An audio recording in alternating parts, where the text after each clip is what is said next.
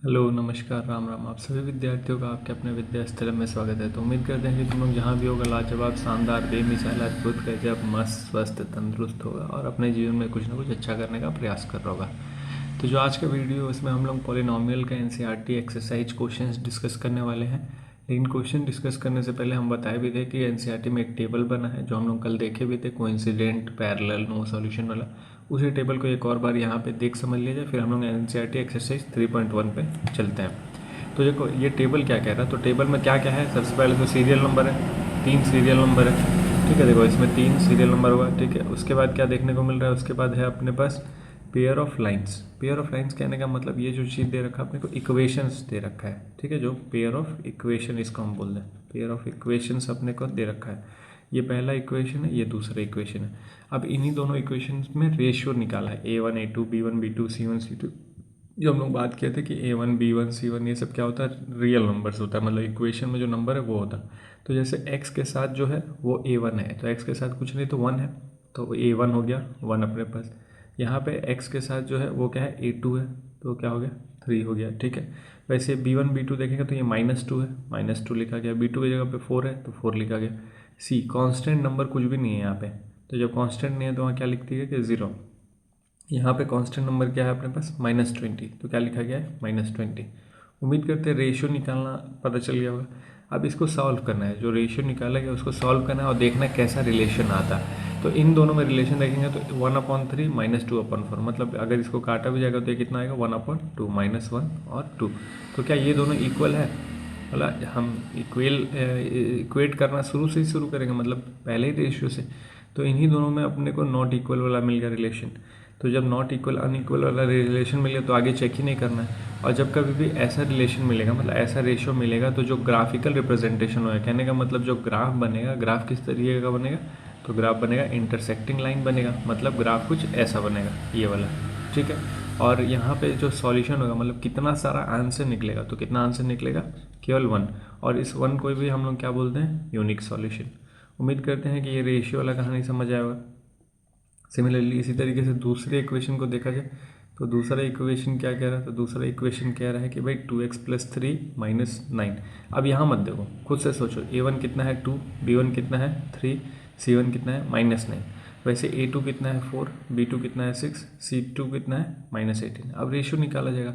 Ratio निकालेंगे तो यहाँ क्या देखने को मिलेगा, तीनों रेशियो आपस में इक्वल होगा। कैसे, तो 2/4 को लिख सकते हैं 1/2 सिंपलेस्ट फॉर्म में, इसको भी 1/2, इसको भी 1/2।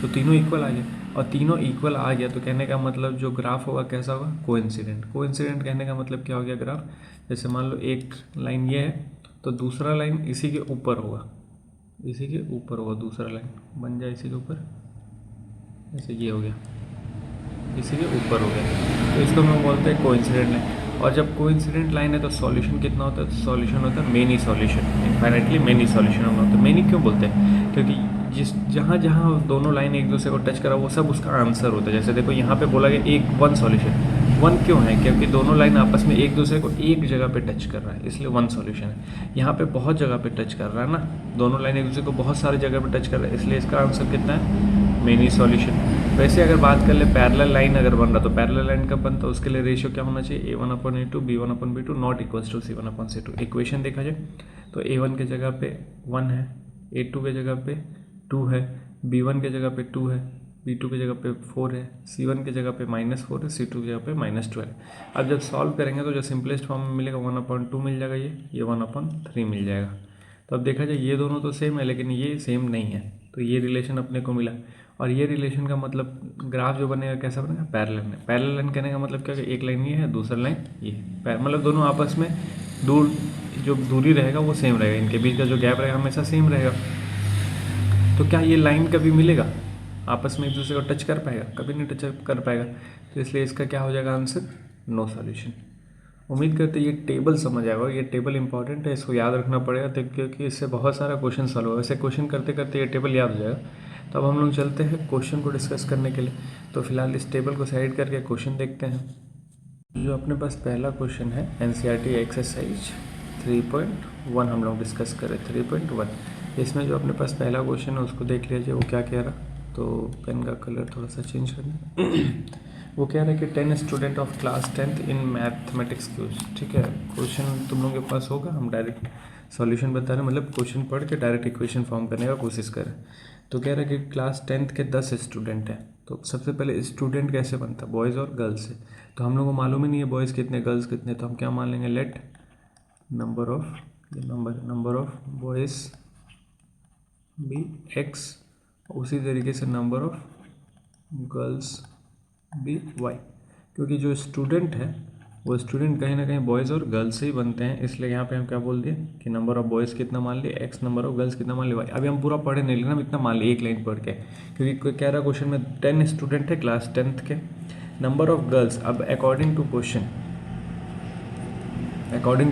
क्या बोला है, देखो साइड में एक बात कर ले, जो कह रहा है टोटल स्टूडेंट वो कह रहा है 10 है उसके पास, जो गर्ल्स है गर्ल्स। अब देखो इस वर्ड प्रॉब्लम में कैसे सॉल्व करते हैं, वर्ड प्रॉब्लम में अगर इक्वेशन बनाना होता है तो बहुत काम आसान है। जो ये लाइन लिखा है कि number of girls is 4 more then number of boys, जब कभी भी इक्वेशन बनाना हो तो जहाँ पे इज आर रहता है ना, वहाँ पे इक्वल्स टू लगता है। ठीक है, तो जो ये लाइन लिखा है गर्ल्स, नंबर ऑफ गर्ल्स, तो ये हो गया नंबर ऑफ गर्ल्स, इज मतलब equals to, more than is 4 more than, मतलब 4 ज़्यादा है, 4 मोर देन 4 ज़्यादा है किससे, नंबर ऑफ बॉयज से।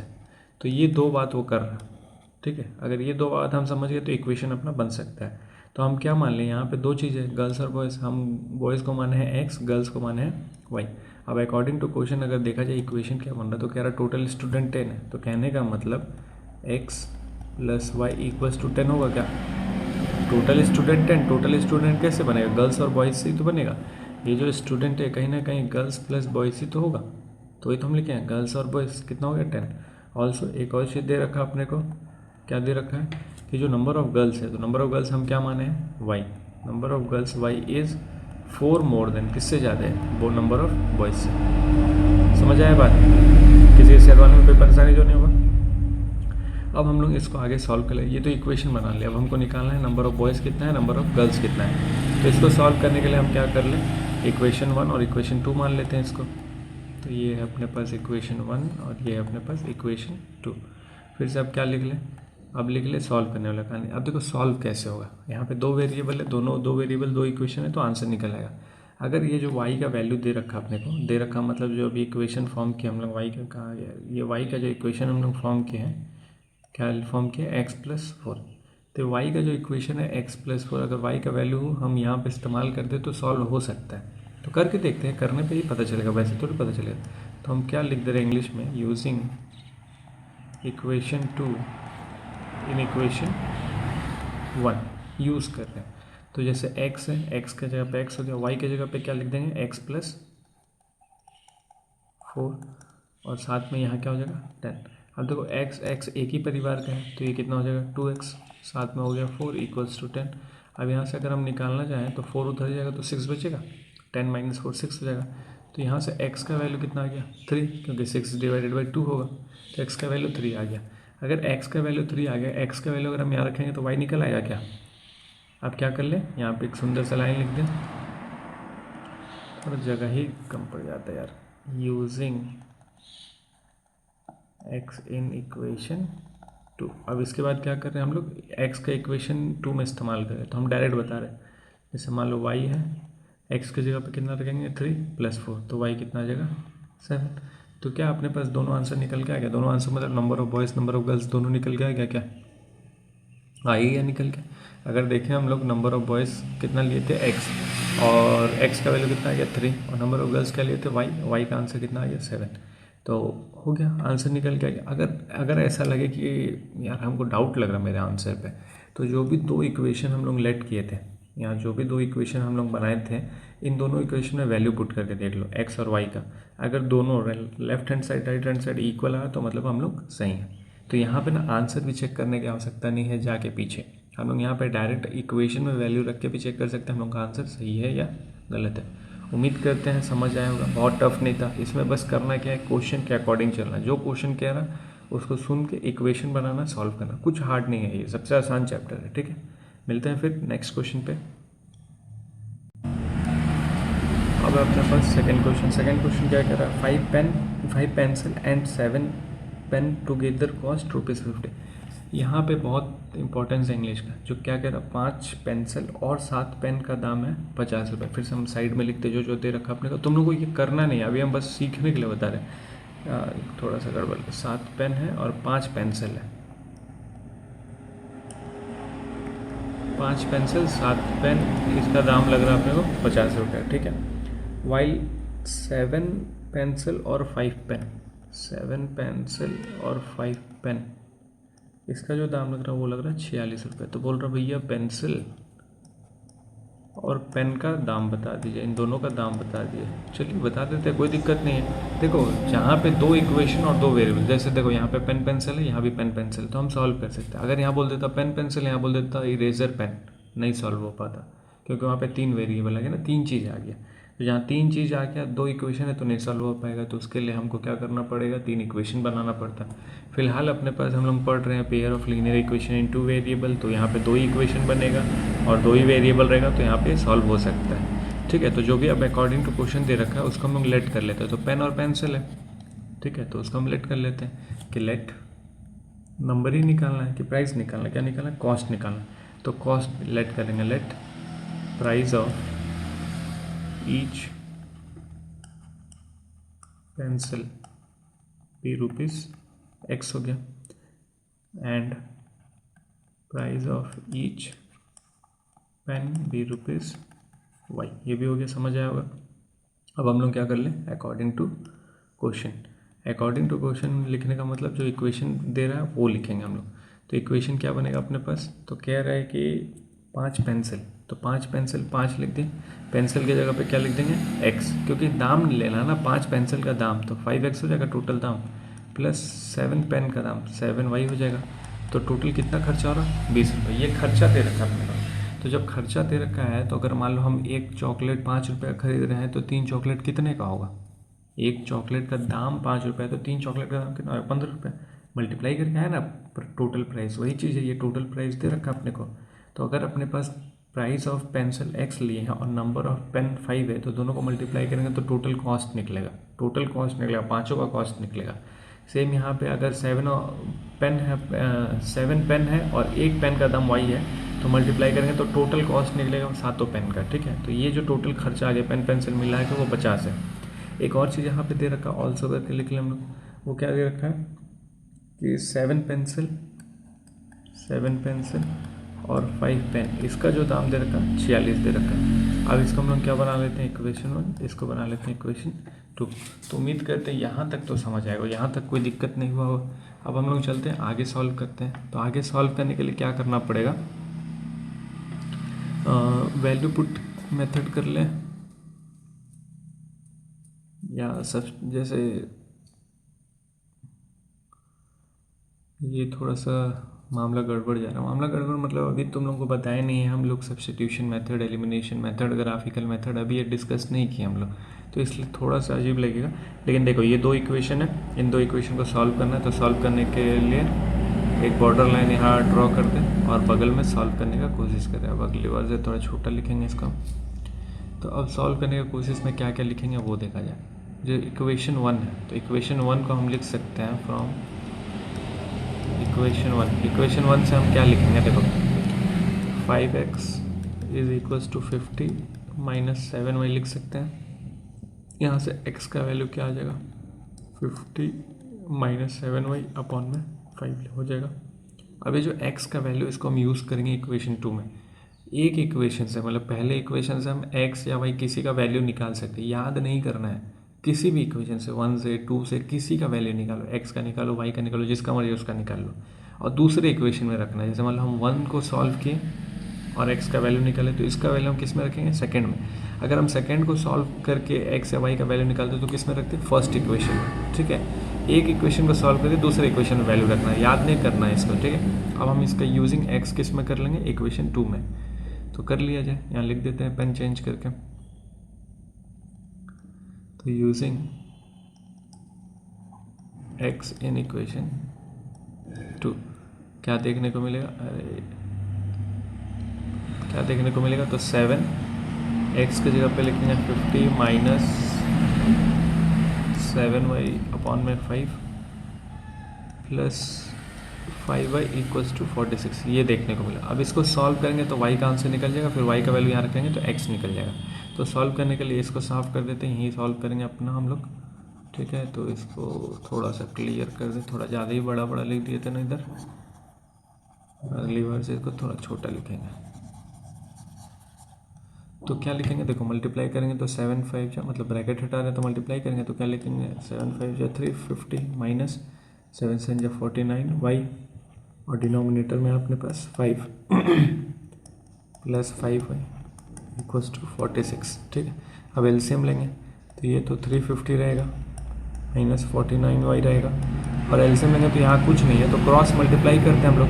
एलसीएम में क्रॉस मल्टीप्लाई तो 5 5 जा 25 वाई, और 1 कैसे मल्टीप्लाई करेंगे तो 1 ही रहेगा, कोई फ़र्क नहीं पड़ना। और डिनोमिनेटर में आपस में मल्टीप्लाई 5 और 1, तो डिनोमिनेटर में क्या आएगा अपने पास 5 आएगा इक्वल्स टू 46। थोड़ा सा गले में खिंच और सॉल्यूशन थोड़ा सा बढ़ा जा रहा होगा, हम उम्मीद कर रहे हैं कि डर लग रहा होगा, लेकिन डरने वाला कोई बात नहीं। 5 को इधर मल्टीप्लाई कर दे, और परिवार देखो ये परिवार एक ही परिवार का है, वाई परिवार का, प्लस माइनस माइनस हो जाएगा, और जब माइनस करेंगे तो मिलेगा अपने को 24y minus 49 plus 25, plus minus minus होगा, और 49 में से 25 गया तो 24 बचेगा, और ये साथ में अपने पास 350, और ये जब 5 इधर मल्टीप्लाई होगा तो वो हो जाएगा 230, ठीक है। अब क्या कर ले, 24y को इधर 230 को इधर ले आते हैं, तो 24y इधर और 230 को इधर ले आते हैं, तो ये माइनस करें मिलेगा 120। अब इसको यहाँ सॉल्व करें, थोड़ा सा कैलकुलेशन जा रहा है ना, ये हो गया 120 और साथ में हो गया 24y। अब 24 से जब 120 को डिवाइड करेंगे तो y का वैल्यू कितना आ जाएगा 5, तो y का वैल्यू आ गया अपने पास 5। अब y क्या था अपने पास, y हम लोग क्या लेट किए थे, प्राइस ऑफ ईच पेन था ना, तो पेन का हर एक पेन का दाम कितना आ गया 5 रुपये आ गया। अब हम लोग क्या कर लें, x का वैल्यू निकालना, तो x का वैल्यू कैसे निकालेंगे, तो यूज़ कर लेंगे y using y in a, इसको a मान लेते हैं, ये वाला जो इक्वेशन इसको a मान लेते हैं, ठीक है, a मान लेते हैं इन इक्वेशन a 1 2 3 कहीं रख सकते हैं, जैसे इक्वेशन 1 2 भी बनाए तो वहाँ भी रख सकते हैं, इसमें भी रख सकते हैं, कहीं रख सकते हैं, कोई दिक्कत नहीं, आएगा आंसर, ठीक है। तो x is equals to 50 minus 7y मतलब 7 5 जा 35 अपॉन में 5। अब 50 में से 35 गया तो 15 बचेगा, अब 15 को 5 से डिवाइड करेंगे तो 3 आएगा, तो x का वैल्यू कितना आ गया 3। उम्मीद करते हैं आंसर तो निकल आएगा, आंसर निकालना कोई बड़ी बात नहीं है, समझ आना चाहिए, तो उम्मीद करते हैं कि ये समझ आएगा। थोड़ा सा कैलकुलेशन चल गया है, बाकी कुछ हार्ड है नहीं, और सीखना तो पड़ेगा ना यार, कैलकुलेशन कब तक भागेगा तुम लोग। तो चलो उम्मीद करते हैं ये समझ जाएगा। हम लोग चलते हैं अगले क्वेश्चन पे। तो जो अगला क्वेश्चन है, अगला क्वेश्चन सॉल्व नहीं करना, अगला क्वेश्चन वही कंपैरिजन करना है रेशियोज़ का। तो कह रहा है comparing ratio A1/A2 B1/B2 C1/C2, मतलब रेशियो कंपेयर करके ये बताना है कि क्या होगा। क्या होने का मतलब वो पूछ रहा है कि इंटरसेक्टिंग होगा, कि पैरेलल होगा, कि नो होगा, ठीक है। नो नहीं, कोइंसिडेंट, मिनी इसको बोलते हैं, कोइंसिडेंट, मतलब इन्हीं तीनों में से पूछ रहा है। और ये तीनों अगर हम पूछे तो कैसा सॉल्यूशन होता है, ये ग्राफिकल सॉल्यूशन होता है। इंटरसेक्टिंग मतलब लाइन कैसा बनेगा, कुछ ऐसा बनेगा, पैरेलल मतलब लाइन ऐसा बनेगा, कोइंसिडेंट मतलब लाइन एक दूसरे के ऊपर बनेगा, ये होता है। ये तीनों पूछ रहा है रेशियो का कंपेयर करके। तो हम लोग चलते हैं पहले क्वेश्चन पे। तो इसका जो पहला क्वेश्चन है, मतलब पहला इक्वेशन जो अपने पास पेयर दे रखा है, वो कह रहा है कि 5x minus 4y plus 8 equals to 0, और इसी के साथ साथ है इसी में 7x plus 6y minus 9 equals to 0। तो यहाँ पे हम डायरेक्ट लिखते हैं। डायरेक्ट लिखने का मतलब हम क्या कर देंगे, डायरेक्ट A1 A2 B1 का, तो कैसे लिखेंगे वो लिख देते हैं। On comparing the given equation with general equation, on comparing the given equations with general equation. हम क्या कर रहे हैं, गिवन इक्वेशन को किससे कंपेयर कर रहे हैं, जनरल इक्वेशन से। अब जब जनरल इक्वेशन से कंपेयर करेंगे तो क्या मिलेगा, A1 के जगह पे क्या मिलेगा 5, A1 के जगह पे ये है 5, A2 के जगह पे क्या मिलेगा, A2 नहीं B1, तो B1 के जगह पे ऐसे लिखते चलते हैं, B1 के जगह पे क्या मिलेगा -4, वैसे C1 के जगह पे क्या मिलेगा प्लस 8, तो 8 लिख दिए। सिमिलरली या ऑल्सो करके लिख दें, A2 की जगह पे क्या मिलेगा, तो A2 ये है अपने पास 7 मिलेगा। B2 की जगह पे क्या मिलेगा, तो B2 की जगह पे 6 मिलेगा। और C2 की जगह पे क्या मिलेगा, -9। माइनस है तो माइनस के साथ लेंगे उसको, ठीक है। तो उम्मीद करते हैं यहाँ तक समझ आएगा, A1 A2 B1 B2 C1 C2 निकालना समझ आया होगा। अब हम लोग क्या कर ले, अब हम लोग रेशो निकालते हैं। रेशो से ये पता चल जाएगा, तो इसको साफ करके हम लोग रेशो निकालने वाला काम शुरू करते हैं, ठीक है। तो यहाँ सुंदर से लिखते हैं पेन चेंज करके 9। अब हम लोग क्या करेंगे, A1/A2 निकालेंगे। A1/A2 कितना आएगा, 5/7। वैसे B1/B2 निकालेंगे, वो कितना आएगा, -4/6। अब -4/6 को 2 से कट करेंगे तो 2/3 आएगा, ठीक है। ये मन में रहना चाहिए, 2/3 आएगा। वैसे फिर क्या मिलेगा, C1/C2 कितना मिल जाएगा, 8/-9। 8/-9। अब जैसे हम कंपेयर करने जाएंगे तो शुरू से कंपेयर करें, तो जब शुरू से कंपेयर करेंगे तो क्या मिल जाएगा अपने को, A1/A2 not equals to B1/B2, क्योंकि हम स्टार्टिंग से कंपेयर कर जाएंगे तो पहला ही दोनों पार्टी नॉट इक्वल्स टू मिल गया, तो तीसरे में जाना ही नहीं है अपने को। तो जब पहला ही नॉट इक्वल्स टू मिल गया तो क्या होता है, याद करो, इसको हम लोग बोलते हैं इंटरसेक्टिंग। और इंटरसेक्टिंग मतलब सॉल्यूशन कैसा हो जाएगा, यूनिक सॉल्यूशन। तो फिलहाल ये जो बनेगा अपने पास क्या बन जाएगा, इंटरसेक्टिंग लाइन्स। ये जो बनेगा क्या बनेगा अपने पास, इंटरसेक्टिंग लाइन्स। तो उम्मीद करते हैं रेशियो से ये निकालना भी समझ आया होगा। बस रेशियो देखना है और ये टेबल का अब यहीं पे इस्तेमाल हो रहा है कि रेशियो देख के पता करके फिर पता करना है कि कैसा सॉल्यूशन होगा, ठीक। तो उम्मीद करते हैं ये भी समझ आएगा। अब हम लोग चलते हैं अगले क्वेश्चन पे, इसी में का सेकेंड, नंबर थर्ड का सेकेंड। हम पूरा इरेज नहीं किया क्योंकि वही सारा कहानी है, बस क्या बदलेगा, थोड़ा थोड़ा किरदार बदलेगा, कहानी वही रहेगा। तो इसका जो सेकेंड है, सेकेंड इक्वेशन अपने को जो दे रखा वो दे रखा 9x + 3y + 12 = 0। और इसी का जो दूसरा पार्ट दे रखा है 18x + 6y, 18x + 6y + 24 = 0। अब हम लोग क्या करेंगे, वही बात, on comparing the given equation with general equation. तो फिर A1 क्या मिल जाएगा, तो A1 जो मिल जाएगा वो लिख लेते हैं। A1 मिलेगा अपने को 9, B1 मिलेगा अपने को 3, C1 मिलेगा अपने को 12। वैसे यहाँ मिल जाएगा 18, फिर मिलेगा 6, फिर मिलेगा 24। कंपेयर करेंगे तो यहाँ क्या लिखेंगे, 9/18। मतलब जो रेशियो निकालेंगे तो 9/18। और ये दिख रहा 1/2, ये दिखना चाहिए कि सिंपलेस्ट फॉर्म में वो क्या है, 1/2 है। B1/B2 में लिखेंगे 3/6, तो ये भी दिखाई देना चाहिए 1/2, ये भी है, तो मतलब दोनों इक्वल आ गया। फिर ये है 12/24, वाह, ये भी 1/2 दिखाई देना चाहिए, इक्वल आ गया। तो क्या मिलेगा अपने को, A1/A2 = B1/B2 = C1/C2। और अगर तीनों रेशियो आपस में इक्वल मिल गया तो हम लोगों को फिर इसको क्या बोल देंगे, मेनी सॉल्यूशन। और मेनी सॉल्यूशन मतलब ये कैसा ग्राफ बनेगा, ये बनेगा कोइंसिडेंट लाइंस, मतलब एक दूसरे के ऊपर रहेगा, ठीक है। तो ये भी समझ आएगा, कुछ अब हार्ड नहीं है। अब लग रहा होगा कुछ हार्ड नहीं है, तो एकदम मजाक चल रहा है लग रहा। अब इसी का थर्ड वाला देख लीजिए फिर से। हम वैसे थर्ड क्वेश्चन है वो कुछ इस प्रकार है, वो है 6x - 3y + 10 = 0। और जो दूसरा हिस्सा है इसमें है 2x - y + 9 = 0। ये दो इक्वेशन दे रखा है। अब हम लोग को क्या करना है, रेशियो कंपेयर करना है। रेशियो कंपेयर करने के बाद A1 A2 सबका वैल्यू लिखना है। तो A1 का वैल्यू है 6, इसका वैल्यू है -3, A1 B1 C1। A2 का वैल्यू है 2, B2 का वैल्यू है -1, C2 का वैल्यू है 9। अब रेशियो निकाल लिया जाए, रेशियो का वैल्यू क्या मिलेगा अपने को, तो A1/A2 कहने वाला 6/2, और 6/2 कहने का मतलब ये आएगा 3। कट करके सॉल्व करेंगे तो 3/1 आएगा। ये है -3/1, तो माइनस यहाँ का कैंसिल हो जाएगा, तो ये भी आएगा 3/1। और ये है 10/9, ये तो अलग ही कहानी चल रहा है। तो कुल मिला के जब हम देखेंगे तो यहाँ मिल रहा अपन A1/A2 = मिला B1/B2, लेकिन जो तीसरा पार्टी है वो नॉट इक्वल्स टू मिल गया। और अगर तीसरा पार्टी नॉट इक्वल्स टू मिल गया तो ये कैसे सॉल्यूशन हो जाएगा, नो सॉल्यूशन हो जाएगा, ठीक है। नो सॉल्यूशन कहने का मतलब क्या हो गया, पैरेलल लाइन्स। नो सॉल्यूशन का मतलब क्या हो गया, पैरेलल लाइन्स। क्योंकि नो सॉल्यूशन में ग्राफ कैसा अलग अलग बनेगा, और अलग अलग बन रहा है तो इसको हम लोग क्या बोल देंगे, पैरेलल लाइंस। समझ आए बात? तो ये 2-3 चीज़ था अपने पास, उम्मीद करते हैं समझ आया होगा तीनों का।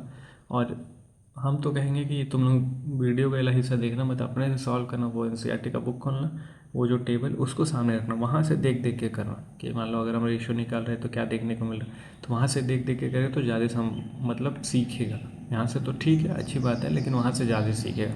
तो चलते अब हम लोग अगले क्वेश्चन पे। थर्ड का कहानी खत्म हो गया और फोर्थ वाले मतलब सेकेंड का हम थर्ड क्यों लिखे थे, वैसे सेकेंड क्वेश्चन था ना ये। अब हम लोग चलते थर्ड क्वेश्चन पे, ठीक है। अब इसमें बताना अपने को कंसिस्टेंट इनकंसिस्टेंट। साफ कर देते हैं इसको।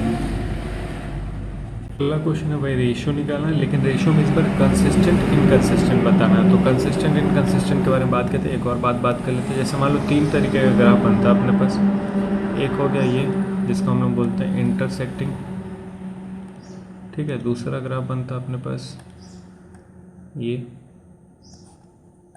जिसको हम लोग बोलते हैं नो सॉल्यूशन, मतलब पैरेलल लाइन। ये हो गया पैरेलल ग्राफ, रिलेटेड बात करें सॉल्यूशन, ये हो गया पैरेलल। और तीसरा जो ग्राफ बनता है अपने पास वो बनता है एक दूसरे के ऊपर, जैसे ये हो गया और इसी के ऊपर एक और कोई लाइन हो गया इसी के ऊपर, ठीक है। तो इसको हम लोग बोलते हैं, क्या बोलते हैं इसको, तो इंटरसेक्टिंग हो गया, पैरेलल हो गया और ये हो गया कोइंसिडेंट। तो ये 3 तरीके का ग्राफ बनता है। तो वैसा लाइन जो एक दूसरे को किसी भी पॉइंट पे टच कर दे रहा है उसको हम लोग बोलते हैं कंसिस्टेंट। मतलब एक दूसरे को कंसिस्ट कर रहा है, एक दूसरे में है वो। तो अगर एक दूसरे में कंसिस्ट कर रहा है मतलब कहीं ना कहीं एक दूसरे को टच कर रहा होगा।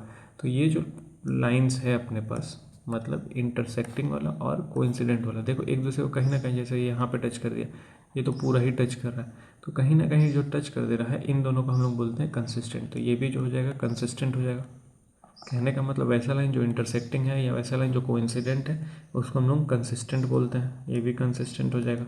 लेकिन जो लाइंस में कोई रिलेशन नहीं है उसको हम लोग बोलते हैं इनकंसिस्टेंट। समझ आया?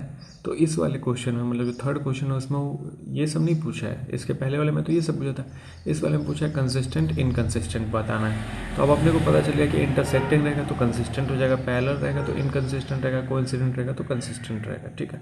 इंटरसेक्टिंग का रेशियो क्या होता है, A1/A2 not equals to B1/B2।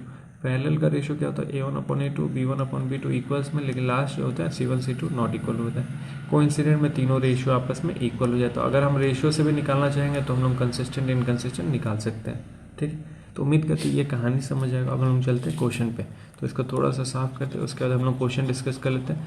लेकिन जो क्वेश्चन डिस्कस करेंगे उसमें हम लोग ये इंटरसेक्टिंग पैरेलल नहीं बताएंगे, उसमें हम लोग रेशियो निकालेंगे, या चलो बता भी देंगे, कोई दिक्कत नहीं। लेकिन वैसे हम सोचे थे रेशियो निकाल कर डायरेक्ट हम लोग कंसिस्टेंट इनकंसिस्टेंट के बारे में बात कर लेते हैं।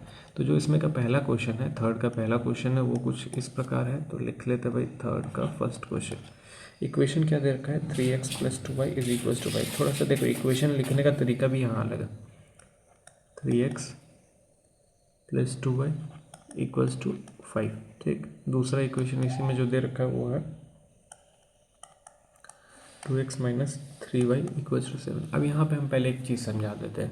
जैसे देखो जो जनरल इक्वेशन होता है a1x + b1y + c1 = 0। मतलब जनरल इक्वेशन में हमेशा राइट हैंड साइड में क्या होना चाहिए, 0। हमेशा राइट हैंड साइड में क्या होना चाहिए, 0। लेकिन क्या यहाँ पे राइट हैंड साइड में 0 है, नहीं है। यहाँ पे तो 5 दे रखा, मतलब इस 5 को इधर ले आना होगा।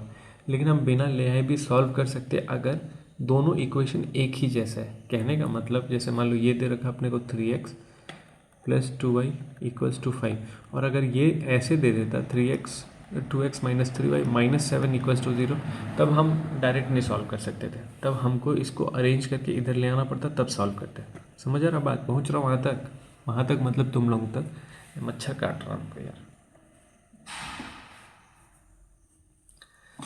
तो क्या बोल रहे हैं हम, दोनों इक्वेशन एक ही जैसा होना चाहिए जो दे रखा है, मतलब एक ही तरीके का दिखना चाहिए। जैसे मान लो यहाँ = के बाद 5 है तो यहाँ = का साइन, ठीक है, चल जाएगा वाला। लेकिन अगर ऐसा दे रखा होता तो गड़बड़ था मामला, तब हमको एक जैसा बनाना पड़ता फिर सॉल्व करना पड़ता, ठीक है। तो इस चीज़ का ध्यान रखना, नहीं तो कई बार गलती हो जाएगा, क्योंकि रटंत विद्या तुम लोग हासिल कर रहा है, समझ के तो कर नहीं रहा होगा। तो इसलिए हम ये बता दी। अब जब यहाँ पे दोनों इक्वेशन जो है एक जैसा है तो हमको चेंज, मतलब उसको इस तरीके से लिखने की ज़रूरत नहीं है, मतलब चेंज करने की आवश्यकता नहीं है। हम डायरेक्ट उसको रेशियो लेके सॉल्व कर सकते हैं। तो सॉल्यूशन में हम क्या लिख देंगे, ऑन कंपेयरिंग विथ वही लिखेंगे, on comparing with general equation क्या मिलेगा अपने को? तो A1 मिलेगा 3, B1 मिलेगा 2 और C1 मिलेगा 5, ठीक है। वैसे ही A2 मिल जाएगा अपने को 2, B2 मिल जाएगा अपने को -3, C2 मिल जाएगा अपने को 7। अब रेशो निकाले, अब क्या करना, ऑन कंपेयरिंग ये हो क्या, जनरल इक्वेशन ही हो गया। नाउ क्या कर लेना, रेशो निकाल लेते। नाउ A1/A2 क्या मिल जाएगा, 3/2। सिमिलरली B1/B2 क्या मिल जाएगा अपने को, 2/3। वैसे आगे बढ़ेंगे, C1/C2 क्या मिल जाएगा, 5/7। अब जब रेशियो हम लोग देखेंगे तो पहला रेशियो ही क्या मिल गया, नॉट इक्वल्स, तो यहाँ क्या मिल गया, we have A1/A2 not equals to B1/B2। अभी हम लोग बात करें, जब ये वाला रहेगा तो इंटरसेक्टिंग लाइन रहेगा, और इंटरसेक्टिंग लाइन का मतलब क्या हो गया, कंसिस्टेंट। समझ आए बात? अगर इंटरसेक्टिंग लाइन है या फिर अगर कोइंसिडेंट लाइन है तो क्या हो जाएगा, कंसिस्टेंट हो जाएगा, अगर नहीं है तो क्या हो जाएगा, इनकंसिस्टेंट हो जाएगा। तो उम्मीद करते हैं ये वाला समझ आया होगा। अब हम लोग इसी के सेकंड क्वेश्चन पे चलते हैं। तो हम भी जो सेकंड क्वेश्चन करेंगे तो उसमें देख देख के थोड़ा थोड़ा इरेज करेंगे, अब बाकी तो कॉपी पेस्ट ही मारना है। यहाँ है 2x - 3y = 8, 2x - 3y = 8, और दूसरा हिस्सा है 4x - 6y = 9, 4x - 6y = 9। तो देखो ये भी एक ही फेज में इक्वेशन है, मतलब =8 है, =9 है, एक ही जैसे, तो इसमें भी चेंज करने का सकता नहीं है। अब हम लोग क्या कर लें, A1 A2 B1 B2 C1 C2 का वैल्यू, वही कहानी किरदार अलग। A1 की जगह पे 2, B1 की जगह पे -3, C1 की जगह पे 8, वैसे यहाँ पे 4, फिर यहाँ पे -6 और यहाँ पे 9। रेशियो निकाले तो 2/4 मतलब 1/2 आएगा।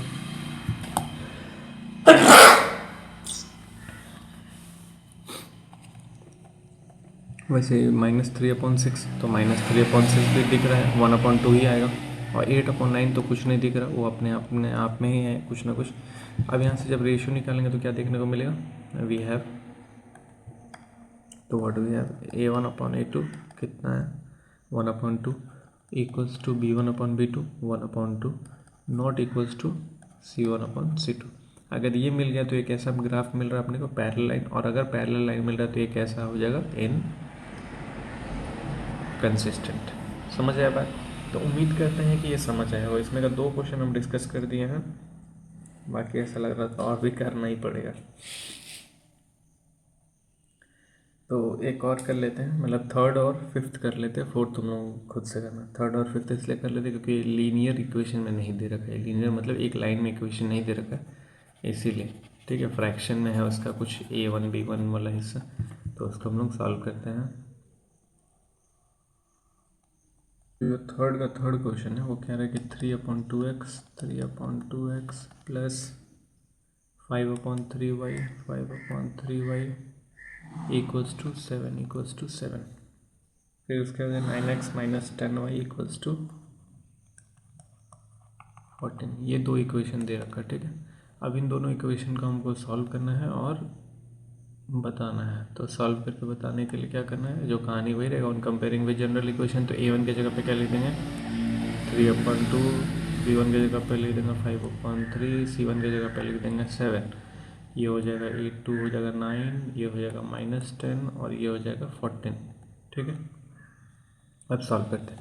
देखो A1 की जगह पे लिखेंगे 3/2, तो ये है 3/2, इस पूरे के नीचे क्या है, 9 है, ठीक है। इसके बाद इसको लिखेंगे 5/3, इस पूरे के नीचे -10, इसको लिखेंगे 7/14। अब हम लोग आगे अगर सॉल्व करने जाएंगे तो क्या मिलेगा, तो A1/A2, ये 3/2 को अगर हम सॉल्व करें, मतलब ये है 9/1, क्रॉस मल्टीप्लाई से क्या होता है, A1/A2 है, ये लिखे हम 3/2, यहाँ कुछ नहीं तो क्या लिखेंगे 9/1, और जब इसको सॉल्व करने जाएंगे तो 3/2 × 9/1 कुछ ऐसा हो जाएगा, 1/9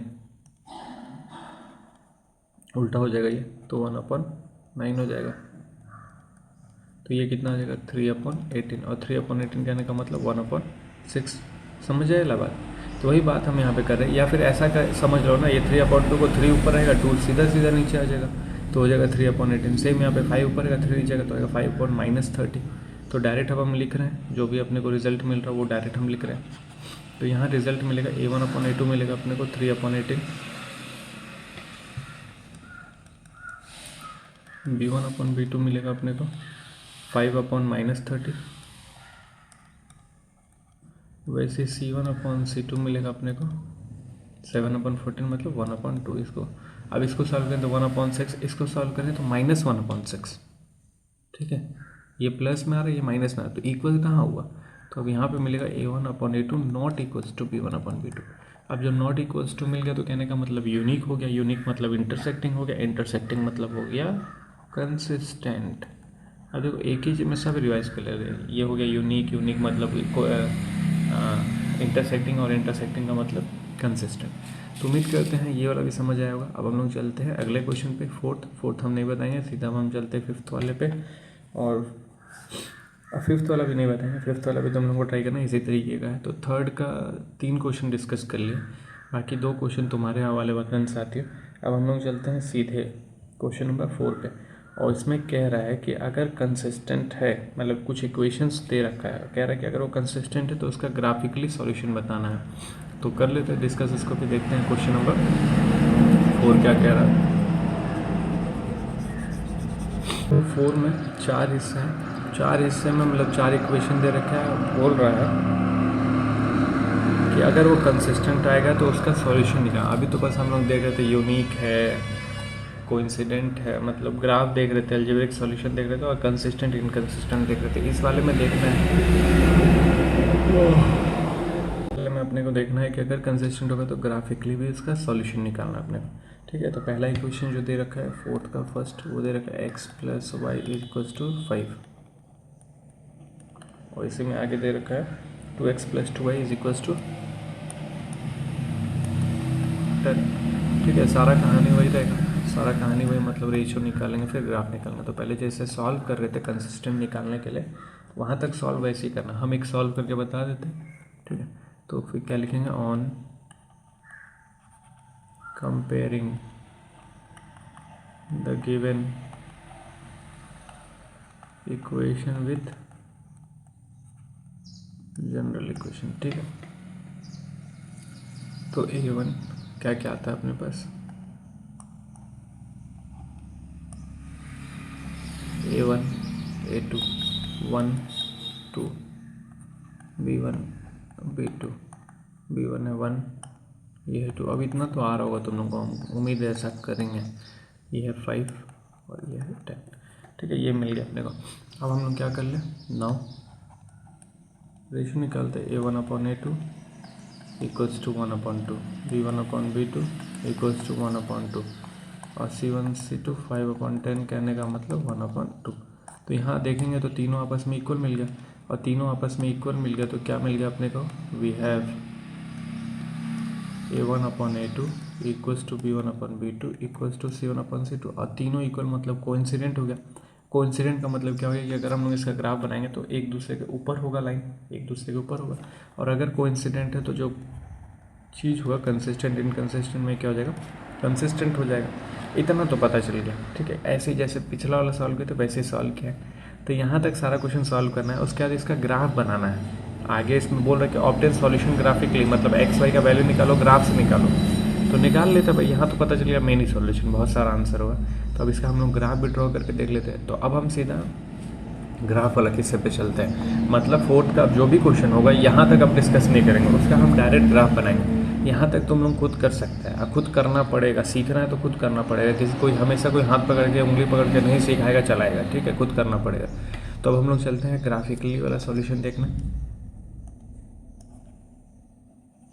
ठीक है, ग्राफ हमको रिप्रेजेंट करना है, तो उसके लिए अब हम बात करें तो ग्राफ के लिए हम क्या करेंगे, इक्वेशन 1 ले लेंगे, फ्रॉम इक्वेशन 1। ये इक्वेशन 1 है, ये वाला इक्वेशन 1 है, और इसको हम इक्वेशन 2 बोलेंगे।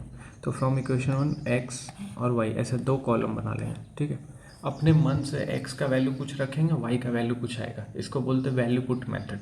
ठीक है, तो x का वैल्यू अगर हम 1 रखेंगे, देखो यहाँ पे इक्वेशन 1 के लिए बात कर रहे हैं, ये वाला इक्वेशन के लिए अगर हम x का वैल्यू 1 रख रहे हैं, हम x का वैल्यू अपने मन से रख रहे हैं। ठीक है, y कुछ आएगा।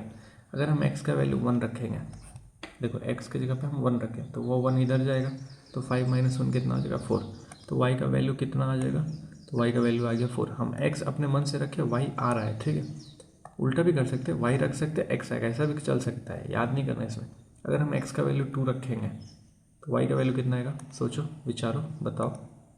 अगर x का वैल्यू 2 है, ये इधर गया तो ये कितना आया 3। अब देखो एक पैटर्न दे, यहीं पे एक पैटर्न मिल गया। पैटर्न क्या मिला कि अगर हम इसको 1 बढ़ा रहे हैं, मतलब x अगर 1 बढ़ रहा है, मतलब क्या हो गया कि अगर हम 3 लेंगे यहाँ पे तो y कितना आना चाहिए। देखो रिलेशन देखो, पैटर्न देखो, 4 मतलब ये कम हुआ है तो यहाँ 2 आना चाहिए। चेक भी कर लो कि अगर हम x का वैल्यू 3 ले रहे हैं, 3 ले लिए, 3 इधर गया तो y 2 तो सही जा रहे हैं हम लोग। अगर हम 4 ले लेंगे, अब हम ऐसे डायरेक्ट अगर बात कर ले कि अगर हम 4 ले लेते हैं x का वैल्यू तो y कितना आना चाहिए, तो 1 कम होना चाहिए, 1 आ जाना चाहिए।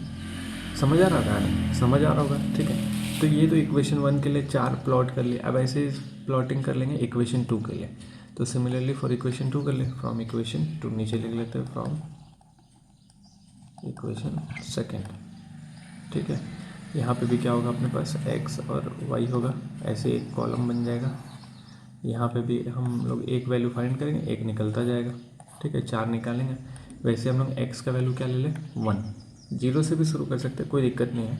मान लो x का वैल्यू हम यहाँ पे 0 लेते हैं, अगर x का वैल्यू हम 0 लेंगे तो ये पूरा पार्टी खत्म। y का वैल्यू देखो 5 आएगा, देखो आ रहा है, ये पूरा पार्टी खत्म। 2 से इसको डिवाइड करेंगे तो कितना आएगा 5 आएगा। अगर हम x का वैल्यू 1 लेते हैं, देख लो, तो ये 2 1 2 होगा, उधर गया तो 10 - 2 8 हो। थोड़ा मन में सॉल्व करना पड़ेगा, ये उधर गया 8 होगा। अब 8 को 2 से डिवाइड करेंगे तो 4 आएगा, तो ये आ गया अपने पास 4, ठीक है। सेम अगर चले हम लोग फिर इससे क्या, यही पेन लेना पड़ेगा, 2 लें, x का वैल्यू अगर 2 लें तो ये हो जाएगा 4। 10 में से 4 गया 6 बचा, मतलब ये इधर गया 6 बचा। 6 को 2 से डिवाइड करेंगे तो 3 बचेगा, तो यहाँ पे कितना आ गया 3। अब देखो ऊपर और नीचे सेम मिल रहा है क्या, 1 4 2 3, तो ये भी कितना हो जाना चाहिए 3 2, ये भी कितना हो जाना चाहिए 4 1।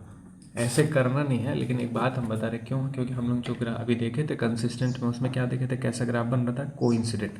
कोइंसिडेंट कहने का मतलब दोनों जो वैल्यू मिल रहेगा सेम मिले, एक दूसरे के ऊपर होना, एक दूसरे के ऊपर तब कब होगा जब ग्राफ अपने को वैल्यू सेम मिलेगा। तो इसीलिए हम यहाँ पे सेम उतार दें, वैसे तो सॉल्व करना है। अब चलो इसका ग्राफ बना के देखा जाए, तो अगर हम इसका ग्राफ बनाने जाएंगे तो क्या देखने को मिल रहा है, जैसे मान लो ये ले लिए,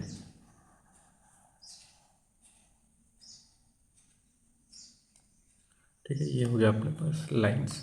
अब इसमें अगर हम प्लॉट करने जाएंगे तो क्या क्या देखने को मिलेगा, तो ये है अपने पास y एक्सिस, मैक्सिमम हम y में कितने वैल्यू तक गए हैं 5 तक गए हैं, और x में गए हैं 4 तक। तो ये अपने पास y एक्सिस 1 2 3 4 5, ठीक है। ये है 1 2 3 4 5 6, तो ये है अपने पास y एक्सिस और ये है अपने पास x एक्सिस। और जो वैल्यूज़ लिए हैं वो भी लिख दें हम यहाँ पे। तो वैल्यूज़ है y में 5 तक, 5 4 3 2 1, और यहाँ पे है 6 तक, ठीक है। यहाँ पे लगातार नंबर इसलिए लगातार लिए, गैप हुआ होता तो गैप हुआ लेते। अब अपने को क्या करना है, प्लॉटिंग करना है पॉइंट्स का, तो वो क्या ले लें, ये ले लेते हैं। तो क्या हो जाएगा, एक्स इक्वेशन 1 के लिए प्लॉट करें, एक्स का वैल्यू 1,4 है, एक्स 1 है, वाई कोऑर्डिनेट 4 है, मतलब यहाँ कहीं आएगा कोऑर्डिनेट पॉइंट, ठीक है। फिर दूसरा 2 3 है, x2 y3, मतलब यहाँ कहीं आएगा। फिर 3 2 यहाँ कहीं आएगा, 4 1 फिर यहाँ कहीं आएगा। मतलब यहाँ पे जो लाइन मिल रहा है वो अपने को कुछ ऐसा लाइन मिला है क्या, मतलब इक्वेशन 1 से अगर देखेंगे तो कुछ ऐसा लाइन मिल रहा है अपने को, और ये एक स्ट्रेट लाइन मिल रहा है, और स्ट्रेट लाइन ही मिलेगा हर बार ग्राफ। अब दूसरे के लिए प्लॉट कर ले, दूसरा कहने का मतलब है ये वाले के लिए 0 5, मतलब x का वैल्यू 0 तो ये है, y का वैल्यू 5 मतलब ये है। तो यहाँ अगर हम देखेंगे तो ये मिल रहा है अपने को कोऑर्डिनेट, ठीक है। फिर दूसरा कोऑर्डिनेट 1,4 ये मिल रहा है, तीसरा कोऑर्डिनेट 2,3 यही मिल रहा है, फिर 3 2 यही मिल रहा है, फिर 4 1 यही मिल रहा है।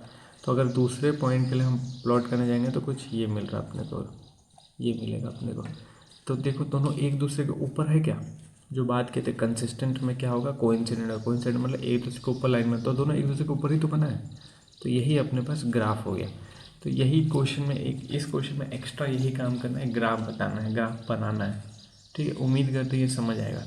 तो जो इसी का सेकेंड क्वेश्चन मतलब फोर्थ का सेकेंड क्वेश्चन है, इसको हम कंसिस्टेंट इनकंसिस्टेंट डिस्कस नहीं करेंगे, इसका हम डायरेक्ट ग्राफ प्लॉट करेंगे और हम डायरेक्ट तुम लोग को ये भी बताएंगे कैसे पता चलेगा कि कंसिस्टेंट है इनकंसिस्टेंट है, कौन सा ग्राफ बन रहा है। ठीक है, तो थोड़ा सा डायरेक्ट चला जाए, लेकिन कंसिस्टेंट इनकंसिस्टेंट तक तुम लोगों को खुद से सॉल्व करना है। तो इसको साफ करते हैं और इसका जो सेकेंड क्वेश्चन है उसको डिस्कस करते हैं डायरेक्टली मतलब डायरेक्ट हम लोग ग्राफ डिस्कस करते हैं उसका। x minus y is equals to 8 और इसी में दूसरा है 3x minus 3y equals to 16। देखो जब सीखना है तो पूरा प्रोसेस से सीखे और जब थोड़ा थोड़ा सीख जाएंगे तो इसको डायरेक्ट किया जाए। अब देखो यहाँ पे हम क्या करेंगे, ये इक्वेशन 1 होता है, ये इक्वेशन 1 होता है, ये इक्वेशन 2 होता है, तो इसको लिख देते हैं इक्वेशन 1 और इसको लिख देते हैं इक्वेशन 2। हम लोग को ग्राफ बनाना है, लेकिन ग्राफ बनाने से पहले हम रेशियो निकालें। a1 1 है, a2 3 है, तो ये आएगा 1/3, ये आएगा -1 -3, तो ये भी आएगा 1/3। मन में सोचो एक बार, ये आया 1/3, माइनस माइनस कैंसिल, यहाँ 1 है यहाँ 3 है, तो ये भी आया 1/3, मतलब दोनों इक्वल हो गया। तीसरे में चलेंगे तो ये 8 है, ये 16 है, तो ये आएगा 1/2, अनइक्वल हो गया। मतलब पहला दोनों इक्वल है, तीसरा अनइक्वल है, मतलब कैसा ग्राफ बन रहा है इसका, पैरेलल बन रहा। पैरेलल मतलब नो सॉल्यूशन, मतलब ग्राफ एक दूसरे को टच ही नहीं करेगा। तो हमको ये पता चलेगा यहाँ जो ग्राफ बनना है कैसा बनना है, पैरेलल लाइन बनना है। और अगर पैरेलल लाइन है तो फिर ये क्या हो जाएगा, इनकंसिस्टेंट हो जाएगा। सब मन में सॉल्व कर रहे हैं हम लोग, कुछ अभी पेन नहीं लगाए, सब मन में इतना सारा हो गया। तो हमको डायरेक्ट आंसर भी पता चलेगा कि ग्राफ इसका कैसा बनना है, पैरेलल। लेकिन अब बनाना है ग्राफ को, तो अब कैसे कर ले, फ्रॉम इक्वेशन 1 वही बात कर ले, फ्रॉम इक्वेशन 1। तो क्या है अपने पास x और y है, x का वैल्यू रखेंगे मतलब अपने मन से रखेंगे, y निकल के आता जाएगा। तो x का वैल्यू हम 0 से शुरू करते रखना, तो x का वैल्यू अगर हम 0 रखेंगे तो y का वैल्यू आएगा -8। देख लो, सोचो, विचारो, थोड़ा सा ध्यान लगा। x का वैल्यू 0 तो ये -y मतलब ये खत्म ही हो गया, तो -y is equal to 8, minus को उधर भेजेंगे तो 8 आ जाएगा। x का वैल्यू अगर हम 2 ले लें, अब 2 का गैप ले रहे हैं, तो y कितना आ जाएगा, देखो 2 उधर गया, 8 - 2 6 आएगा, और ये माइनस उधर चलेगा तो -6 आएगा। अब देखो एक पैटर्न मिल गया अपने को, क्या, अगर हम यहाँ 2 बढ़ाए हैं तो यहाँ 2 ऐड हुआ है, तो फिर से अगर 2 बढ़ाएंगे मतलब 4 पे जाएंगे तो फिर से यहाँ 2 ऐड हो गया, कितना आ जाएगा, -4। समझ आ रहा है। और अगर हम यहाँ पे कम करते हैं मतलब यहाँ से -2 पे जाते हैं, छोड़ो -2 पे नहीं जाएंगे, प्लस वाला ही प्लॉट करते हैं। यहाँ पे अगर 6 लिखेंगे तो ये कितना आ जाएगा, -2। समझ आया इतना कहानी। अब इसी तरीके से हम लोग कर लेते हैं फ्रॉम इक्वेशन सेकेंड। अब फ्रॉम इक्वेशन सेकेंड हम लोग कर ले, देखो जरूरी नहीं जो वैल्यू हम ले रहे वही तुम लोग कुछ भी वैल्यू ले सकते हो, बस ग्राफ बनाने से मतलब है। तो इक्वेशन 2 में अगर जाएंगे तो x y वही होगा कहानी, 3-4 वैल्यूज़ निकाल लेंगे हम लोग। अब 3-4 वैल्यूज़ के लिए क्या, x का वैल्यू सबसे पहले यहाँ पे भी हम ले लेते हैं 0। अगर x का वैल्यू 0 लेंगे तो देखो थोड़ा सा यहाँ गड़बड़ है मामला, x का वैल्यू 0 लेंगे अगर हम लोग, ये बैकग्राउंड म्यूजिक है, x का वैल्यू 0 लेंगे तो यहाँ हो जाएगा 16/3। मतलब क्या हो गया कि यहाँ पे फ्रैक्शन में मिल रहा है अपने को, तो फ्रैक्शन से हम बचने का कोशिश करेंगे। उस बचने से कोशिश में क्या हो जाएगा, एक ऐसा नंबर यहाँ आना होगा जो 3 से डिवाइड, क्योंकि देखो 3 से डिवाइड करना है, इतना तो पता चल गया। ये पार्टी अगर 0 हो रहा है तो लास्ट में जो 3y है तो 3 को उधर भेजेंगे तो 3 से डिवाइड करना ही पड़ेगा। ठीक, तो ऐसा कोई नंबर नहीं मिल रहा अपने को, तो फ्रैक्शन में लिखते कोई दिक्कत नहीं है। तो अगर x का वैल्यू 0 ले, ये पूरा पार्टी खत्म हो गया, तो ये क्या हो जाएगा, -3y इक्वल्स टू 16। तो -3y में -3 उधर चला गया, तो y का वैल्यू आएगा 16/3, लेकिन माइनस का 16/3, और 16/3 के आने का मतलब -5 के आसपास होगा, 3 5 या 15, -5 के आसपास होगा। सेम अगर x का वैल्यू 2, ये हो गया 6 उधर गया तो 10 बचा, 16 - 6 10 बचा। अब 10 को डिवाइड करेंगे -3 से, तो ये आएगा 10/-3। गले में खिच। तो अब क्या कर लें, इसको डिवाइड करेंगे तो -3 के आसपास आएगा। फिर वैसे अगर 4 ले लें इसको, तो ये हो जाएगा 3 4 जो 12 उधर गया तो 4 बचेगा, -3 आया तो 4 -3। वैसे अगर मान लो यहाँ पे 6 ले लें तो 6 3 18, 16 - 18 -2 बचा, तो ये आ जाएगा 2/3। ये कुछ अपने को वैल्यूज़ मिला। अब हम इसके लिए ग्राफ बना लेते हैं, ग्राफ देखते हैं कैसा बनेगा। ठीक है, तो ये हो गया अपने पास। अब हम लोग ले लेते हैं एक दूसरा कलम हो गया ये, तो नामकरण कर दें। ये है अपने पास वाई एक्सिस, ये है अपने पास एक्स एक्सिस। एक्स में कहाँ तक जाना है, 6 तक जाना है, तो हम ले लेते हैं 0 यहीं पे होगा, ओरिजिन यही है ना। तो 1 2 3 4 5 6, ज़्यादा बड़ा गैप नहीं है इसलिए हम 1 1 का गैप ले रहे हैं। 1 2 3 4 5 6, ठीक है। अब इसके बाद हम लोग चलते हैं, तो थोड़ा सा मामला गड़बड़ इधर ये हो गया कि ये माइनस में भी वैल्यू आ रहा था, तो हमको माइनस में भी जाना पड़ेगा ग्राफ को लेके, ठीक है। तो इस वाले ग्राफ को हम इरेज करते हैं और एक दूसरा ग्राफ लेते हैं। वो ग्राफ होगा कुछ ये वाला। अब इसमें लिख दें, क्या लिख दें, ये है 0, ये 2 4 6 और y में जाना है -8 तक, तो दो का गैप 2 4 6 8, और ये जाना है -5 तक, तो 2 4 6 8, ठीक है। सब में वही हो गया। नंबर्स लिख दें, क्या क्या नंबर्स है अपने पास, तो यहाँ है 2 4 6, यहाँ है 2 4 6 8 प्लस का, और ये है माइनस का 2 माइनस का 4 माइनस का 6। ये है पॉजिटिव एक्स एक्सिस, ये है पॉजिटिव वाई एक्सिस, ये है नेगेटिव वाई एक्सिस, जिसको वाई डैश बोलते हैं। अब हम लोग प्लॉटिंग कर लें कि प्लॉटिंग में क्या क्या मिल रहा है अपने को। तो सबसे पहले 0 -8, मतलब x का वैल्यू 0, y का वैल्यू -8, तो -8 तक जाना पड़ेगा ना, यहाँ -8, तो ये है -8 अपना, ठीक है। उसके बाद 2 -6, मतलब x का वैल्यू 2, y का वैल्यू -6, मतलब यहाँ कहीं मिल रहा। फिर 4 -4 यहाँ कहीं मिल रहा। फिर 6 -2 यहाँ कहीं मिल रहा, ठीक है। तो अगर ज्वाइन करेंगे तो ये कुछ ऐसा स्ट्रेट लाइन मिलेगा अपने को, ठीक है। ये कुछ ऐसा स्ट्रेट लाइन मिला। अब इसके लिए ग्राफ प्लॉट कर लें, इसके लिए दूसरा ये इस्तेमाल कर लेते हैं। तो 0 और y का वैल्यू -16/3, मतलब -5 के आसपास ले लेते हैं हम लोग। तो x का वैल्यू 0, y का वैल्यू -5, तो -5 मतलब 4 और 6 के बीच में यहाँ कहीं होगा। सेम 2 और ये -3 के आसपास ले लेते हैं, 2 यहाँ कहीं होगा। फिर 4 और ये -1 के आसपास ले लेते हैं, यहाँ कहीं होगा। तो मतलब इसको ज्वाइन करेंगे तो ये कुछ ऐसा मिलेगा। अब देखो दोनों ग्राफ को अगर देखा जाए तो दोनों ग्राफ कहीं ना कहीं आपस में पैरेलल तो ही दिख रहा। दोनों लाइंस को अगर देखेंगे तो पैरेलल ही तो दिख रहा। और यही बात तो हम लोग रेशियो में भी कहते हैं कैसा बनना चाहिए पहले, तो ग्राफ भी कैसा बन रहा है अपने पास, पैरेलल। तो उम्मीद करते हैं ये भी समझ आया होगा, ठीक है। अब इसको साफ करते हैं और हम लोग चलते हैं अगले क्वेश्चन पे। फोर्थ में बचा अपने पास, फोर्थ में 2 क्वेश्चन बच गए, तो वो 2 क्वेश्चन तुम्हारे हवाले, क्योंकि सब हम बता देंगे तो यार सीखेगा कैसे तुम लोग। भाई खुद से ट्राई तो करो, जहाँ नहीं आएगा। जब मैथ्स में फंसते हैं तभी अपना बुद्धि लगाते हैं और तो ही सीखते हैं। वीडियो देख के क्यों नहीं सीखेंगे, या फिर कॉपी भर के नहीं सीखेंगे। मैथ्स सीखना है तो खुद से करना पड़ेगा, ठीक है। तो 2 क्वेश्चन हम उम्मीद करते हैं तुम लोग खुद से एक बार ट्राई करेगा जरूर। बाकी अब हम लोग चलते हैं अगला क्वेश्चन इसमें जो क्वेश्चन नंबर 5। तो क्वेश्चन नंबर 5 ये कह रहा है, क्या कह रहा है सुन लिया जाए कान लगा के। तो half perimeter of rectangular garden whose length is 4 metre more than its width half of the perimeter. जो देखो क्वेश्चन एक फ्लो में है, पूरा एक सेंटेंस जो है वो पूरा हम लिख रहे हो। क्या लिख रहा है कि हाफ द पेरीमीटर ऑफ किसका, रेक्टेंगुलर गार्डन इज 36 मीटर, ये कह रहा। लेकिन इसी बीच में वो कह दिया है कि whose length is 4 metre more than its width, जो लेंथ है वो 4 मीटर ज़्यादा है उसके ब्रेथ से। ये 2 बात वो कह रहा है। तो क्वेश्चन पढ़ के हम कह रहे हैं ना ये इंग्लिश ज़्यादा है, मैथ्स का में इंग्लिश ज़्यादा है। अगर ये चीज़ समझ गए, इक्वेशन बनाना समझ गए तो सॉल्व हो जाएगा, नहीं तो फिर गड़बड़ मामला। तो इस क्वेश्चन में कह रहा है कि half the perimeter of rectangular garden whose length, मतलब ये रिलेशन इसी में दे दिया था, उसी स्टेटमेंट में, कि half the perimeter of rectangular garden whose length is 4 metre more than its breadth is 36 metre. कहने का मतलब हाफ पेरीमीटर के बारे में बात किया 36 है, और लेंथ और ब्रेथ का रिलेशन ये दे रखा है।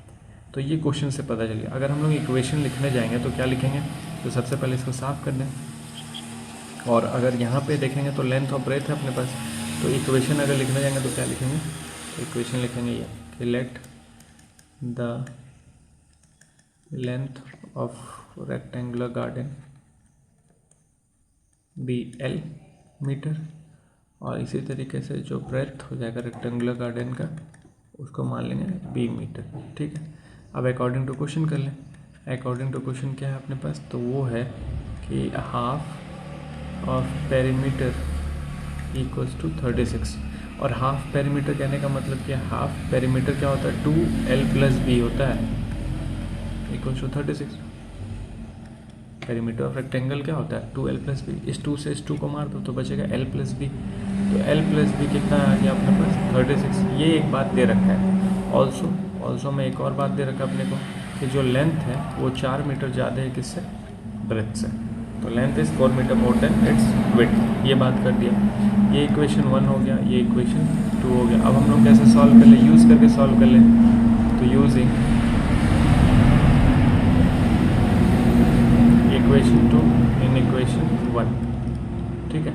इक्वेशन 2 को इक्वेशन 1 में इस्तेमाल करेंगे तो क्या मिलेगा, l के जगह पे क्या लिखेंगे b प्लस 4, साथ में अपने पास b इक्वल्स टू 36। अब देखो b प्लस b कितना हो जाएगा 2b, 4 उधर गया तो 32, तो 2b इक्वल्स टू 32। यहाँ से जो b का वैल्यू आ जाएगा कितना आ जाएगा 16, और अगर b का वैल्यू 16 आ गया तो l का वैल्यू कितना आ जाएगा 20। यहाँ 16 का वैल्यू रखेंगे तो l का वैल्यू कितना आ जाएगा 20। उम्मीद करते हैं ये समझ आएगा और सॉल्व कुछ बहुत बड़ा, केवल बड़ा जो चीज़ था वो ये था, ये समझना कि इसको इक्वेशन में लिखना कैसे, बाकी सॉल्व तो हो ही जाएगा, कोई बड़ा चीज़ नहीं है। तो उम्मीद करते हैं ये क्वेश्चन भी समझ आएगा। हम लोग चलते हैं अगले क्वेश्चन पे। हमने बस 5 तो डिस्कस कर लिया। 6 कह रहा है कि गिव लीनियर इक्वेशन, जैसे एक इक्वेशन दे रखा है 2x plus 3y minus 8 equals to 0।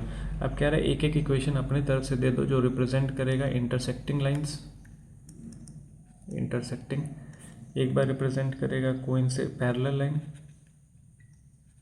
और एक बार रिप्रेजेंट करेगा कोइंसिडेंट। कोई भी इक्वेशन लिखना तो इक्वेशन, अगर देखो इंटरसेक्टिंग का इक्वेशन लिखना तो रेशियो क्या होता है a1/a2 not equals to b1/b2, मतलब जो पहला ही है वो आपस में नॉट इक्वल होता है। तो जब हम लिखने जाएंगे, मतलब एक इक्वेशन ये दे रखा है, एक इक्वेशन अपने मन से लिखना है जो रिप्रेजेंट क्या करे इंटरसेक्टिंग, तो हम क्या लिख दें यहाँ पे, लिख दें 3x plus 7y minus 9 equals to 0।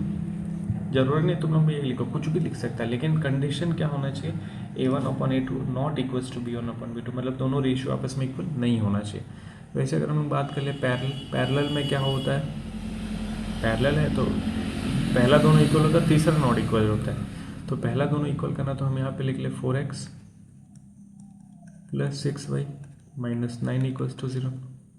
देखो रेशियो निकाले 2/4 तो 1/2 आएगा, 3/6 1/2 आएगा, मतलब पहला दोनों इक्वल हो गया, तीसरा नॉट इक्वल्स टू हो गया। वैसे कोइंसिडेंट में अगर कोई अपने को इक्वेशन लिखना है तो क्या लिख सकते हैं हम लोग, कोइंसिडेंट में तीनों इक्वल होता है तो इसको हम लिख दे 4x, मतलब डबल करके लिख दें, plus 6y minus 16 equals to 0। तो तीनों आपस में इक्वल। तो इस क्वेश्चन में अपने को इक्वेशन बताना है, मतलब अपने मन से ये सब इक्वेशन लिखना है जो एक बार रिप्रेजेंट करेगा इंटरसेक्टिंग, एक बार रिप्रेजेंट करेगा पैरेलल, और एक बार रिप्रेजेंट करेगा कोइंसिडेंट। कुछ भी लिख सकते हैं, कुछ भी लिखने का मतलब बस वो कंडीशन को ध्यान रखना, जो रेशियो वाला कंडीशन है उसको ध्यान रखना है बस। बाकी ये भी लिख सकते हैं, और अगर तुम लोग अपने मन से कुछ और लिखना चाहे वो भी लिख सकता है। तो उम्मीद करते हैं ये भी कुछ बहुत बड़ा चीज़ नहीं था, समझ आया होगा। अब हम लोग चलते हैं अगले क्वेश्चन पे, क्वेश्चन नंबर 7 पे। तो यहाँ पे भी हमको हल्का हल्का दिख रहा है, ग्राफ ही दिख रहा है, देख लेते क्या करना पड़ेगा भाई।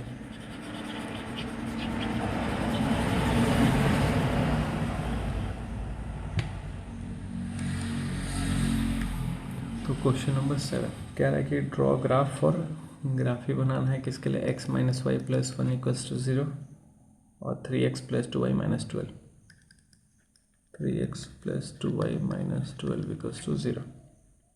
डिटरमाइन दी, अच्छा जो ग्राफ बनेगा ना वो ट्राइंगल की तरह बनेगा, तो अपने को वर्टिसेस ऑफ ट्राइंगल भी बताना और रीजन को भी सेट करना। तो ये अच्छा क्वेश्चन हो गया। तो ये इक्वेशन 1 हो गया। अगर ग्राफ बनाना तो ये इक्वेशन 1 है और ये इक्वेशन 2 है।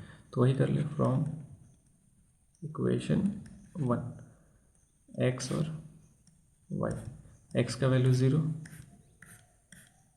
कुछ ना कुछ लेंगे हम लोग, x का वैल्यू क्या ले लें 0। अगर x का वैल्यू 0 लेंगे तो y कितना आएगा, देखो ये 0, ये मन में करना है, ये बार बार कॉपी पेन उठा के सॉल्व नहीं करना। तो ये पार्टी 0 हो गया, ठीक है। और 1 को उधर भेजेंगे तो -1 होगा, इधर भी माइनस से माइनस माइनस कैंसिल, तो y का वैल्यू कितना आएगा 1। समझ आया कि जादू गया, कोई बात नहीं। चलो x का वैल्यू 1 लेते हैं। अगर x का वैल्यू 1 लेंगे तो ये 1 2 हो जाएगा, 2 को उधर भेजेंगे तो -2 हो जाएगा, y के साथ माइनस लगा, वो माइनस माइनस कैंसिल, तो y का वैल्यू कितना आ जाएगा 2 आ जाएगा। अब एक तो पैटर्न मिल गया, एक बढ़ रहा है एक बढ़ रहा, तो एक बढ़ेगा एक बढ़ेगा, एक बढ़ेगा एक बढ़ेगा, कोई अब तो सॉल्व ही नहीं करना है, एक पैटर्न मिल गया। वैसे अगर इक्वेशन 2 के लिए बात करें, फ्रॉम इक्वेशन सेकेंड क्या मिल जाएगा, तो वही सबसे पहले एक्स वाई लिखते हैं, एक हो गया x, एक हो गया वाई, 1 2 3 4, ठीक है, 4 कॉलम बना लिए। वही वैल्यू पुट करना है। वैल्यू पुट में क्या कर लें, अगर हम x का वैल्यू 0 लेते हैं इस वाले इक्वेशन में, मतलब ये पूरा पार्टी खत्म, ठीक, केवल बचा ये दोनों। 12 को उधर भेजेंगे तो 2y = 12 हो जाएगा। फिर 12 को डिवाइड करेंगे 2 से तो आएगा 6, समझ आया। अगर हम x का वैल्यू ले लें 1, देखो मन में कर, x का वैल्यू 1 लेंगे तो ये जगह 3 -12 करेंगे तो -9 आएगा। -9 को उधर भेजेंगे तो डेसिमल में आएगा, तो 1 नहीं लेते 2 लेते हैं, मतलब डेसिमल में आने लगा ना, तो डेसिमल से हमको बचना है। अब अगर हम यहाँ पे 2 ले, मतलब x का वैल्यू 2 ले तो हो जाएगा 3 2 6, 6 -12 -6 उधर गया, 6 हो गया। अब उस 6 को 2 से डिवाइड करेंगे तो आ जाएगा 3। तो अब पैटर्न फिर से मिल गया, 2 बढ़ रहे हैं अगर हम तो यहाँ 3 कम हो रहा, 2 अगर बढ़ रहे हैं तो 3 कम हो रहा, समझ आया। तो अब हम लोग ग्राफ बना लिया जाए इसके लिए। तो ग्राफ कुछ इस तरीके का ले लेते हैं, ये नहीं, लाइन से ही ड्रॉ कर लेते हैं, ठीक है। जैसे मान लो ये हो गया x एक्सिस और ये हो गया अपने पास y एक्सिस, ठीक है। अब नामकरण कर दें। नामकरण में क्या हो गया, ये हो गया ओरिजिन, x में जाना अपने को मैक्सिमम 6 था, तो 1 2 3 4 5 6, ठीक है। गैप ये सेम होना चाहिए, जो गैप हम ले रहे हैं ना यहाँ थोड़ा अलग अलग हो जा रहा है, लेकिन तुम लोग कॉपी में बनाएगा ग्राफ कॉपी में तो ये सब गैप सेम होना चाहिए, अलग अलग गैप नहीं होना चाहिए। तो ये था 1 2 3 4 5 6, ये हो गया। वैसे y में मैक्सिमम कितना है, 6 है, तो y में भी 1 2 3 4 5 6 6 5 4 3 2 1, और नेगेटिव में 3 तक है, -3 है ना, -1 -2 -3। प्लॉट कर ले अब हम लोग। प्लॉटिंग में देखो क्या मिलता है अपने को, तो ये ले लेते हैं x का वैल्यू 0 y का वैल्यू 1, पहले इसके लिए कर रहे हैं। x का वैल्यू 0 y का वैल्यू 1, मतलब यहाँ कहीं मिलेगा, ये मिला, ठीक है। फिर क्या मिला 1 2, x का वैल्यू 1 y का वैल्यू 2, मतलब यहाँ कहीं मिला। फिर 2 3, x का वैल्यू 2 y का वैल्यू 3, मतलब यहाँ कहीं मिला। फिर 3 4 यहाँ कहीं मिला, कुछ ये मिला। तो ये मतलब कुछ एक ऐसा स्ट्रेट लाइन मिल रहा है, ये कुछ एक ऐसा स्ट्रेट लाइन मिला, ठीक है। हम आगे पीछे भी बढ़ाना चाहें तो बढ़ा सकते हैं स्ट्रेट लाइन में। फिर है 0 6, दूसरा कलम का इस्तेमाल कर ले, कलम कलम कलम कलम, ये ले लेते हैं। x का वैल्यू 0 y का वैल्यू 6, तो x का वैल्यू 0 ये है अपने पास x एक्सिस और ये है अपने पास y एक्सिस और ये है नेगेटिव y वाइड है। तो x का वैल्यू 0 y का वैल्यू 6, मतलब यहाँ कहीं मिला, ये मिला अपने को। फिर मिला 2 3, x का वैल्यू 2 y का वैल्यू 3, x का वैल्यू 2 y का वैल्यू 3, मतलब यहाँ कहीं मिला 2 3। देखो कॉमन है क्या 2 3 दोनों में, हमको लग रहा है दोनों में कॉमन है 2 3 2 3, ठीक है। फिर 4 0 यहाँ मिला, तो मतलब ये कुछ ऐसा मिल रहा अपने को। फिर आगे 6 -3, तो 6 -3 यहाँ कहीं मिलेगा, तो आगे इसको बढ़ा देंगे तो ये कुछ ऐसा मिला अपने को, ठीक है। ये 2 ग्राफ मिला। अब देखो ट्राइंगल बन रहा है क्या कहीं पे, तो ट्राइंगल x एक्सिस से लेना अपने को। कह रहा है कि determine the coordinates of vertices of triangle form by this line and x axis, मतलब ये दोनों लाइन और x एक्सिस। तो x एक्सिस ये है, तो अब यहाँ पे देखो एक और हमको पॉइंट चाहिए रहेगा जो नेगेटिव में मिलेगा, तो यहाँ पे हमको लेना पड़ेगा एक और डेसिमल वाला, मतलब यहाँ पे हम लेंगे -1। तो देखो यहाँ पे एक बढ़ा रहे थे तो ये भी एक बढ़ रहा था, तो यहाँ पे एक कम होगा, कम होने का मतलब ये कितना हो जाना चाहिए 0। तो -1 मतलब यहाँ पे जाएंगे तो कुछ ऐसा मिलेगा, या फिर स्ट्रेट लाइन अपने मन से भी बढ़ा सकते हैं, ऐसा कोई दिक्कत नहीं है, लेकिन ग्राफ से करेंगे तो ज़्यादा एक्यूरेट रहेगा। तो हमको क्या बोला है क्वेश्चन में ये बोला है कि अपने को वैसा जगह बता दीजिए जो इस लाइंस, ग्राफ के लाइंस और x एक्सिस के जगह के बीच का जगह है। तो यही तो है, यही तो है कि नहीं, ये जो अपने पास शेडेड रीजन है यही तो है ट्राइंगल वाला रीजन। तो अपने को यही बताना था इस क्वेश्चन में। अब इसके बाद अपने को क्या करना है, तो इसके बाद अपने को कोऑर्डिनेट्स बताना है। ये जो ट्राइंगल का कोऑर्डिनेट बन रहा है वो कोऑर्डिनेट्स बताना है। तो ट्राइंगल का कोऑर्डिनेट भी बता देते हैं हम लोग। तो ट्राइंगल का कोऑर्डिनेट बताने के लिए कलम इस्तेमाल कर लें। कौन सा कलम ले लें भाई, सफ़ेद वाला ले लें। तो जैसे देखो इसका कोऑर्डिनेट क्या हो जाएगा, तो ये है अपने पास 2 3, तो ये है इसका कोऑर्डिनेट 2 3। इसका कोऑर्डिनेट क्या हो जाएगा, तो इसका कोऑर्डिनेट है 4 वाला, तो 4 मतलब 0, तो x का वैल्यू 0 है, y का वैल्यू x का वैल्यू 4 है, y का वैल्यू 0 है, तो 4 0। और अगर इसका कोऑर्डिनेट लिखने जाएंगे तो वो हो जाएगा -1 0।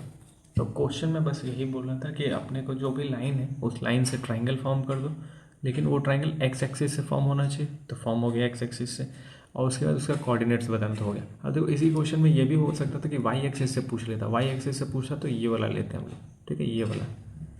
उम्मीद बढ़िया क्वेश्चन था ये वाला, उम्मीद करते हैं समझ में आया होगा। बाकी एक तो क्वेश्चन जो हम छोड़े हैं तो वो तुम लोगों को ट्राई करने के लिए छोड़े, कहीं से छपाई करने के लिए नहीं छोड़े। ट्राई करेगा तो सीखेगा भाई मेरे, ट्राई करना ज़रूरी है, ट्राई करना। केवल वीडियो देख के नहीं सीख पाएगा, वीडियो देखो समझो, लेकिन सीखना है तो कुछ से करना पड़ेगा। तो उम्मीद हम ऐसा करते हैं कि जितना बताए हैं वो सब समझ आया और जो छोड़े हैं वो तुम लोग ज़रूर ट्राई करेगा। बाकी ये वाला एक्सरसाइज कंप्लीट हो गया, मतलब 3.1 कंप्लीट हो गया।